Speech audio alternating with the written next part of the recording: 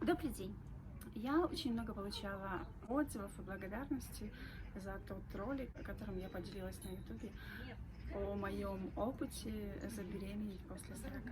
Я бы хотела дополнить немного этот ролик еще одной небольшой, но очень важной частью.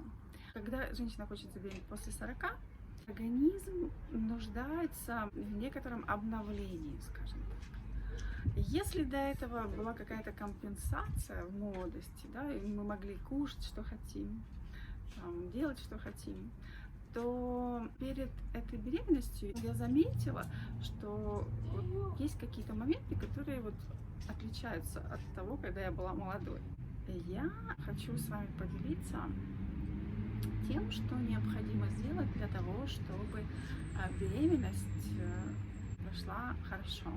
Что необходимо для этого? Для этого очень важно соблюдать, это даже не диета, это полезное питание. Мы просто часто там, в погоне за карьерой или просто как бы, не особо уделяя внимания своему здоровью, питаемся не лучшим образом. Не зря об этом сейчас очень много информации. Это даже не нужно доказывать. Это понятно, что те элементы, которые в нас входят, они отражаются на нашем лице, на нашей фигуре, на нашем настроении. Поэтому очень важно питаться хорошо. Но как хорошо? И как в наших условиях постараться минимизировать риски? Потому что беременность после 40 – это уже определенный риск. Происходит очень интенсивное деление клеток внутри организма женщины. Обычно после беременности этот интенсивный рост прекращается. Но есть случаи, когда этот интенсивный рост клеток не прекращается. Вы можете увидеть это на примере Заворотнюк. Она забеременела после 40, на примере Жанны Фриски. Поэтому мы не можем относиться к этой беременности безответственно. Да? И если вы действительно поставили перед собой цель забеременеть, то я думаю, что такие средства, как правильное питание, они вам с успехом помогут в этом. Что важно? Какие пункты? Сейчас я немного себе подготовила. Так, важно отказаться от сахара. Почему сахар? Быстренько скажу, потому что вся эта технология производства, она предполагает серьезное химическое воздействие, и в итоге мы едим, скажем, ненатуральный продукт. Если вы не можете отказаться от сладкого вообще, то тогда замените медом.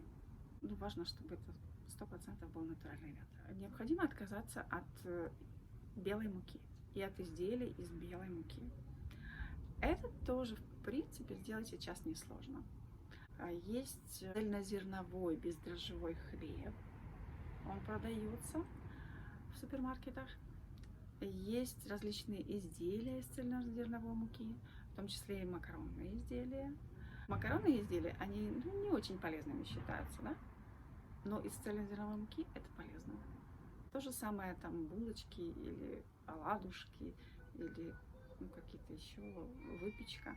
Из обычной муки это считается не очень полезный продукт, а из цельнозерновой это полезный продукт. Если хлеб бездрожжевой, так вы даже можете есть столько, сколько вы хотите, а не так, как вы там, допустим, булочку, там пончик себе отказываете, не кушаете. Но из цельнозерновой этот продукт превращается в полезный продукт, и вы его можете кушать, пожалуйста, сколько хотите. Далее, животные белки. Я просто в процессе своих исследований выяснила, что, оказывается, человеку не так много нужно. И абсолютно не обязательно ему объедаться шашлыками, мясом. Я не сторонник того, чтобы полностью исключить мясо, но я сторонник того, что его много не нужно кушать. И если вы съедаете мясо, то вам необходимо умножить на 4 порции зелени в этот же момент съесть. То же самое с молочными изделиями. Молочку желательно вообще исключить. Я не знаю, в Америке уже давно исключили многие. А до нас это веяние только сейчас доходит. Но у нас все-таки уже сформировавшиеся вкусы, Мы любим сыры, там творог, кто-то любит там еще что-то. Что касается животных белков, то желательно есть их не больше 100 грамм в день. Конечно, если прям смотреть и углубляться в диеты, рекомендую для обычного человека среднестатистически, да, где-то 60 грамм в день, а уже там в зависимости от веса, там 100-120, я как бы для себя приняла такую условную норму не более 100 грамм в день. Что касается зелени нужно есть очень много. Если не любите салаты, бывает такое, то тогда можно добавить хлореллу, спирулину, это в качестве уже пищевых добавок. Вообще желательно, чтобы сырая растительная пища, это фрукты, овощи, составляла не менее 70% рациона, но хотя бы 50%. По поводу фруктов. Фрукты тоже очень многие не знают, как их правильно необходимо есть, потому что я помню, что нам с детства говорили, что вот десерт, там, яблочко или еще что-то. Нет. Фрукты, они самоперевариваются в организме. И очень полезно их есть до еды, желательно минут за 40. Если же вы съедите их на десерт, то они начнут киснуть поверх вашей пищи, закисляя и пищу тоже, которую вы будете есть. Таким образом, все это будет гнить, метеоризм, пучить вас будет. Вообще это очень вредно есть фрукты после еды. В некоторых источниках я вычитала, что это одна из причин рака. Неправильное употребление фруктов. С водой. Желательно перед каждым приемом пищи выпивать стакан воды. Ну, минут за 10. Это было бы вообще идеально. Воду желательно употреблять щелочную. У меня, когда не было щелочной воды, я употребляла соду. Даже во время беременности. Я брала пол чайной ложки соды на стакан воды, и натощак я выпивала в теплом виде. Но когда я приехала в Америку, я не в качестве рекламы, но просто, в общем, я купила себе японский аппарат, ощелачивающий воду. Там я могу выставить себе любой pH, который меня интересует.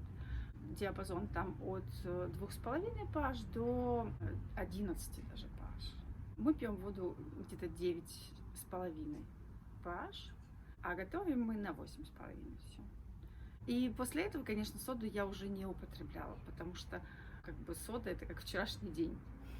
Поэтому лучше иметь такой очистительный фильтр, который позволяет регулировать pH воды, которую вы употребляете. Но это в идеале. Если нету, то можно и защелачивать содой. Необходимо изучить этот вопрос более подробно. Потому что для меня раньше, как для медика, сода это, в общем-то, было то, что гасит соляную кислоту в моем желудке. И это очень вредно, и если часто это использовать, то, в общем-то, кислоты будет вырабатываться еще больше, и гастрит будет обостряться еще больше. Это такое пожарное средство на один раз и не более. Но со временем мое мнение изменилось, когда я уже изучила этот вопрос. Притом я не такой сторонник прям вот защелачивания там всего, там не знаю что. Нет, я просто сторонник здорового питания, здоровой пищи. Ягоды, орехи тут можно есть в неограниченном количестве. Ну, есть там теории, что орехи можно замачивать, если получается замачивать. Самые бобовые желательно замачивать, но я всегда замачиваю. Я на пару часов хотя бы замачиваю. Очень полезно проросшее все. Вот я тут тоже уже начинаю потихонечку что-то выращивать. У меня уже базилик даже есть тут на террасе. Сейчас покажу вам. Ну, правда, такое не очень. Сейчас. Вот видно тут. Еще важно поддерживать себя физическими упражнениями. Ну, я не знаю, элементарная зарядка. Как-нибудь сниму тогда ролик, как мы делаем зарядку с моей старшей дочерью. В общем, очень важно поддерживать свой организм и питаться правильно. Потому что я по комментариям увидела, что некоторые женщины страдают лишним весом, имеют какие-то хронические заболевания. Но тем не менее, просто хочу ребенка и все. Одного желания недостаточно. Если вы действительно занялись этим проектом, у меня это был как проект, я просто топ-менеджер, и поэтому вот я это восприняла как проект, то необходимо чем-то жертвовать, себя привести в порядок во всех отношениях. Тем более у нас организм — это самовосстанавливающаяся система. Нужно узнать эти возможности для того, чтобы родить здорового, красивого ребенка.